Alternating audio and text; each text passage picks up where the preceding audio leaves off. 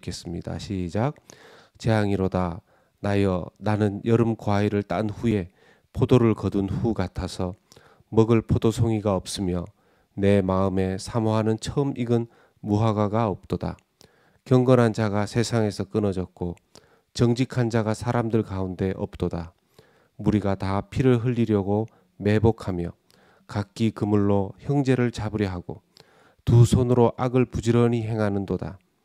그 지도자와 재판관은 뇌물을 구하며 권세자는 자기 마음의 욕심을 말하며 그들이 서로 결합하니 그들의 가장 선한 자라도 가시 같고 가장 정직한 자라도 찔레 울타리보다 더하도다. 그들의 파수꾼들의 날 곧 그들 가운데 형벌의 날이 임하였으니 이제는 그들이 요란하리로다. 너희는 이웃을 믿지 말며 친구를 의지하지 말며 내 품에 누운 여인에게라도 내 입의 문을 지킬지어다. 아들이 아버지를 멸시하며 딸이 어머니를 대적하며 며느리가 시어머니를 대적하리니 사람의 원수가 곧 자기의 집안 사람이리로다. 아멘. 아멘.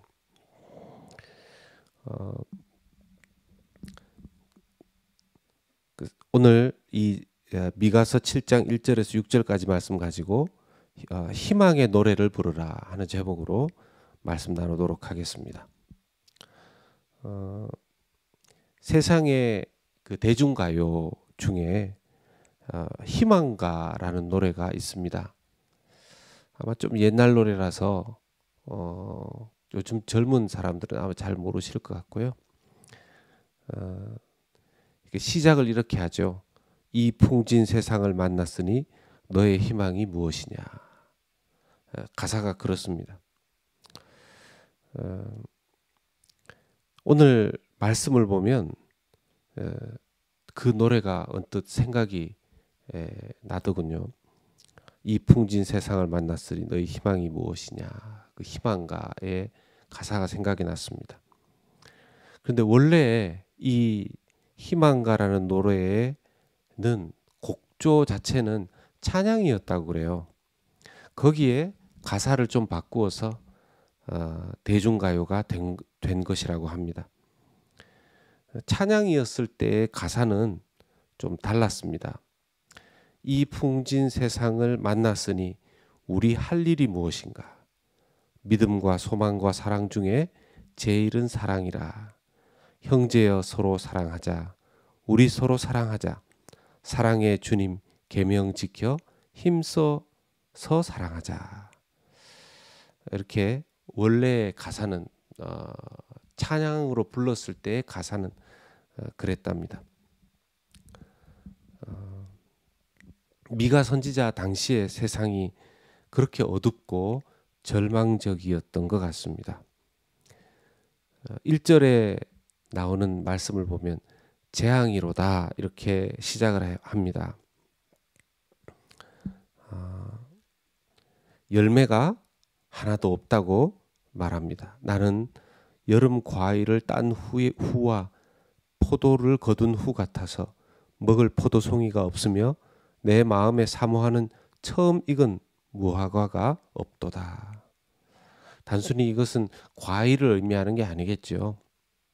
하나님께서 이스라엘 백성들에게 있기를 원하시는, 추수할 것이 있기를 원하시는 그 신앙의 열매, 선민으로서의 그 성령의 열매, 인격의 열매, 믿음의 열매를 의미하는 것이죠.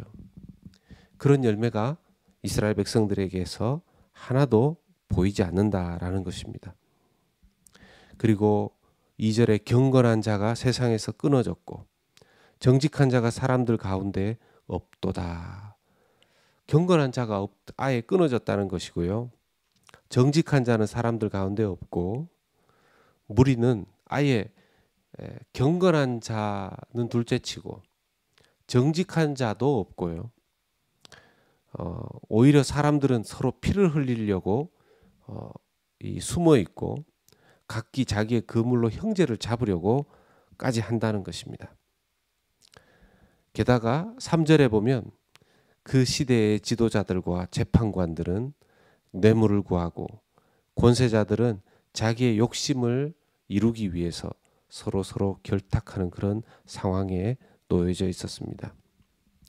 그 지도자들과 재판관들의 모습이 4절에 보면 그들 중에서 가장 선한 자라도, 그 사람들 중에서 가장 선하다고 할 수 있는 사람의 수준이 가시 같고, 가장 정직한 자라도 찔레 울타리보다 더하다. 이렇게 말씀합니다.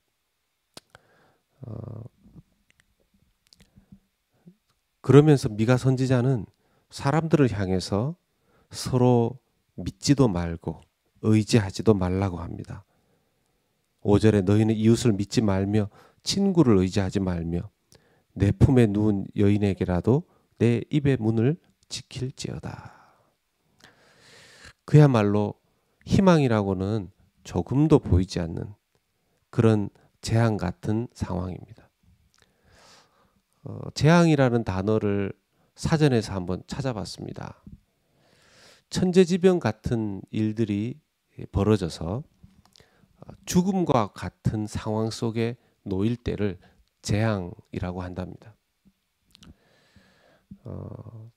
2020년도에는 올해는 이 코비드-19, 이 코비드 바이러스 때문에 이 세상이 일부 이런 재앙 같은 상황을 맞이하게 되었는데요.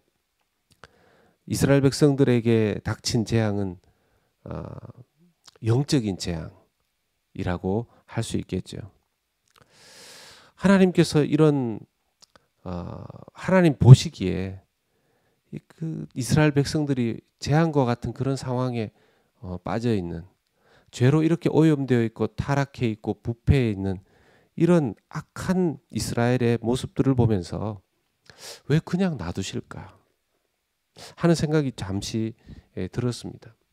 자꾸 그렇게 말씀만 하실 게 아니라 아예 선민이든 뭐 택한 자든 하나님께서 싹 쓸어버리시고, 이렇게 선한 자가 한 명도 없다면 하나님께서 새롭게 하시면 되지 않으시는가, 그런 생각이 들었는데요. 하나님께서 첫 창조 이후에 인간들을 이 세상에 악이 관영한 것을, 악이 충만한 것을 보시면서 홍수 심판으로 세상을 심판하셨던 적이 있으시죠. 그때 홍수 심판 이후에 무지개를 가리키시면서 다시는 이런 것으로는 심판하지 않겠다 하고 약속하신 적이 있습니다. 그래서이신지 세상에 악이 이렇게 전체에 오염되어져 있음에도 불구하고 그냥 싹 쓸어버리시는 그런 재앙의 심판을 내리시지는 않는 것 같습니다. 그러면 이런 상황 속에서 우리는 어떻게 해야 될까요? 어떻게 살아야 할까요? 그냥 심판의 날이 속히 와서 이 세상 끝장내시고 새하늘과 새 땅을 창조하시기를 그냥 넋놓고 기다려야 하는 것일까요? 하나님께서는 그 마지막 때에, 이 마지막 때에 결국 예수 그리스도를 보내주셨습니다. 그리고 예수님은 다시 오실 것입니다. 예수님이 다시 오시는 그날이 믿는 자들과 이 세상에게는 희망의 날이기도 하고 심판의 날이기도 합니다.